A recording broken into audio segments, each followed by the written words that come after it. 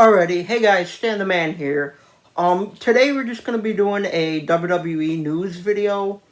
There's actually a lot of crazy news going around lately, or even this just past week. So yeah, let's get right into this. So first story we're gonna be talking about is the Tribal Chief, undisputed champion Roman Reigns. Now there's a big rumor that Roman Reigns is gonna take about 10 weeks off.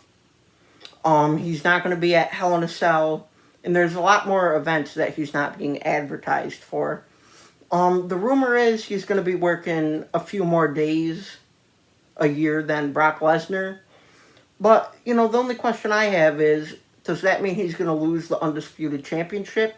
By the way, I also have a video about 5 potential unified champions video who could become champ in 2022, so you can check that out later in the week. But yeah, I just assume if Roman's taking 10 weeks off, he's not going to be the undisputed champion. But honestly, you think about it, Roman Reigns made his debut on the roster in 2012.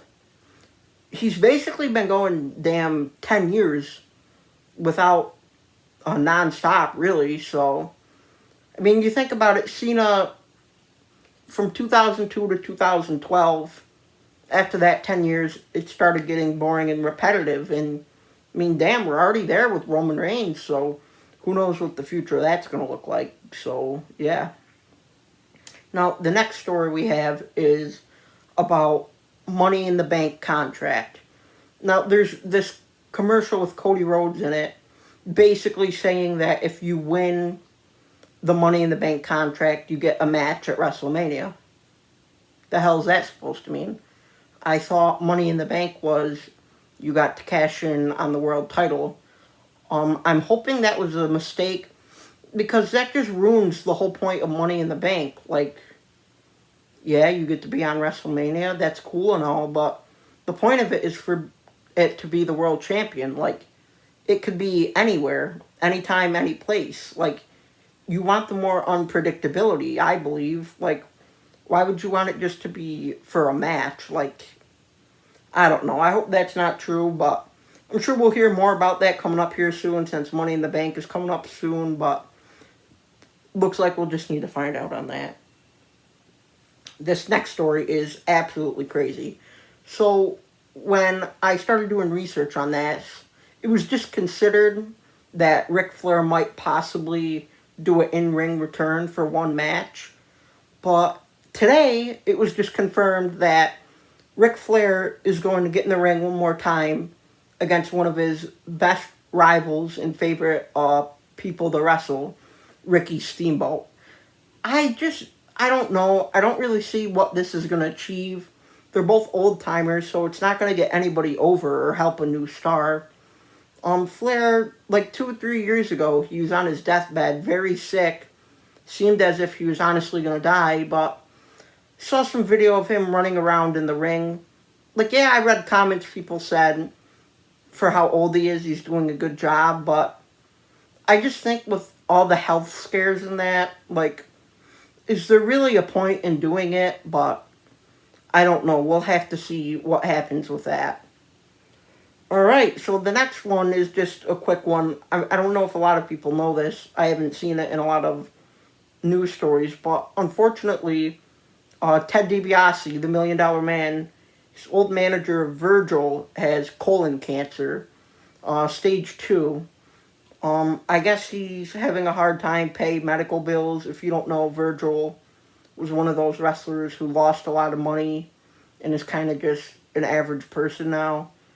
But I don't know. I don't know how much he's going to be able to do treatment with financial bills and stuff like that. But I just got to send hopes and prayers to him that he can get through this. Alright, now this next news story actually isn't about WWE. It's about AEW. Now there's been a lot of rumors that MJF is not happy with his AEW contract. I was honestly kind of surprised about that, but I don't know, at the same time, I think he's only like 24 years old, so there might be some stuff that he thinks should happen, but doesn't really have the experience or knowledge. Like maybe he wants to be pushed more, and the company just doesn't think he's ready. There's been a lot of rumors about him possibly leaving, but I don't think his contract even ends until next year. So there wouldn't even be any possibility of him going to WWE.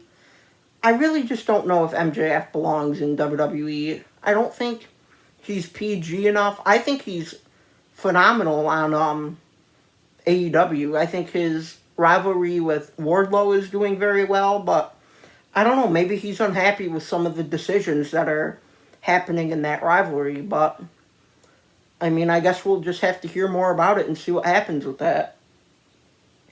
Alright, now this next story isn't really that big of a deal, but if you watched WrestleMania Backlash, Charlotte Flair was the women's champion and went against Ronda Rousey. Quote unquote, in the match, she broke her arm by getting armbarred in the chair.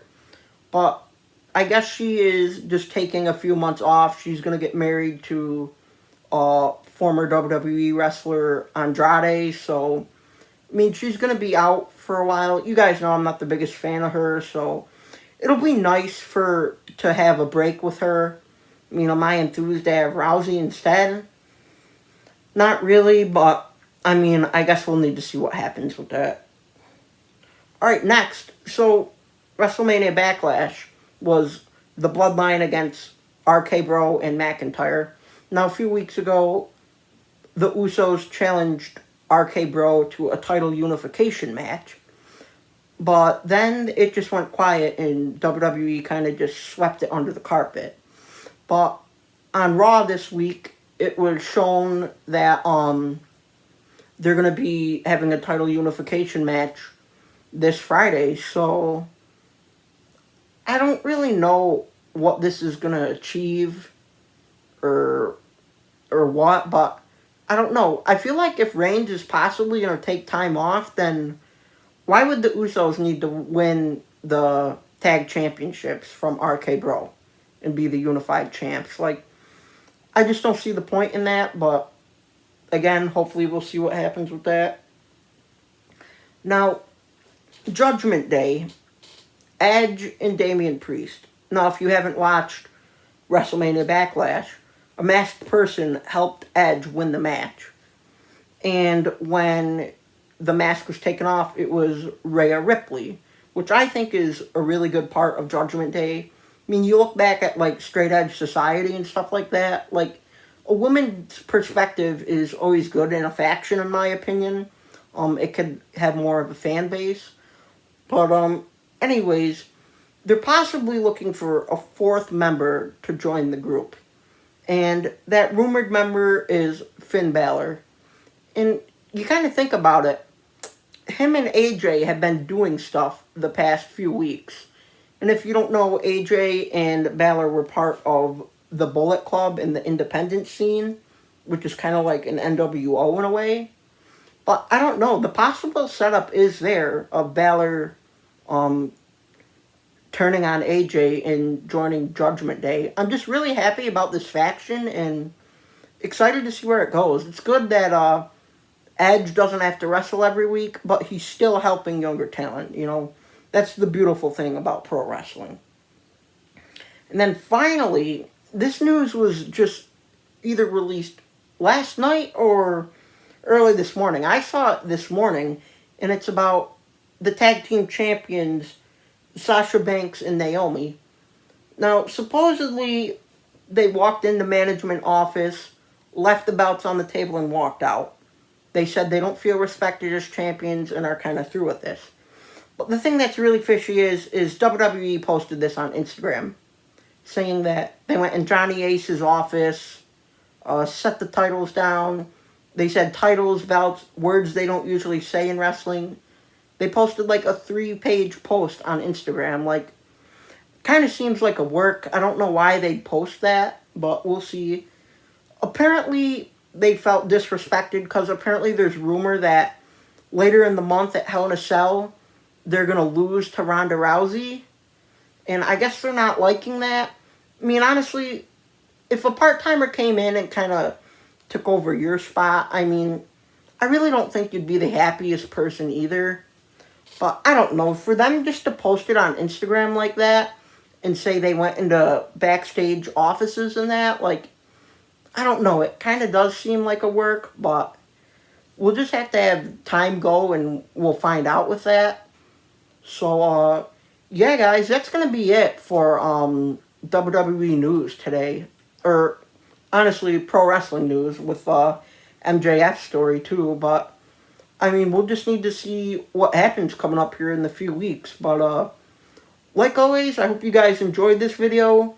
If you did, you know what to do. Like and subscribe. And I will see you guys in the next video.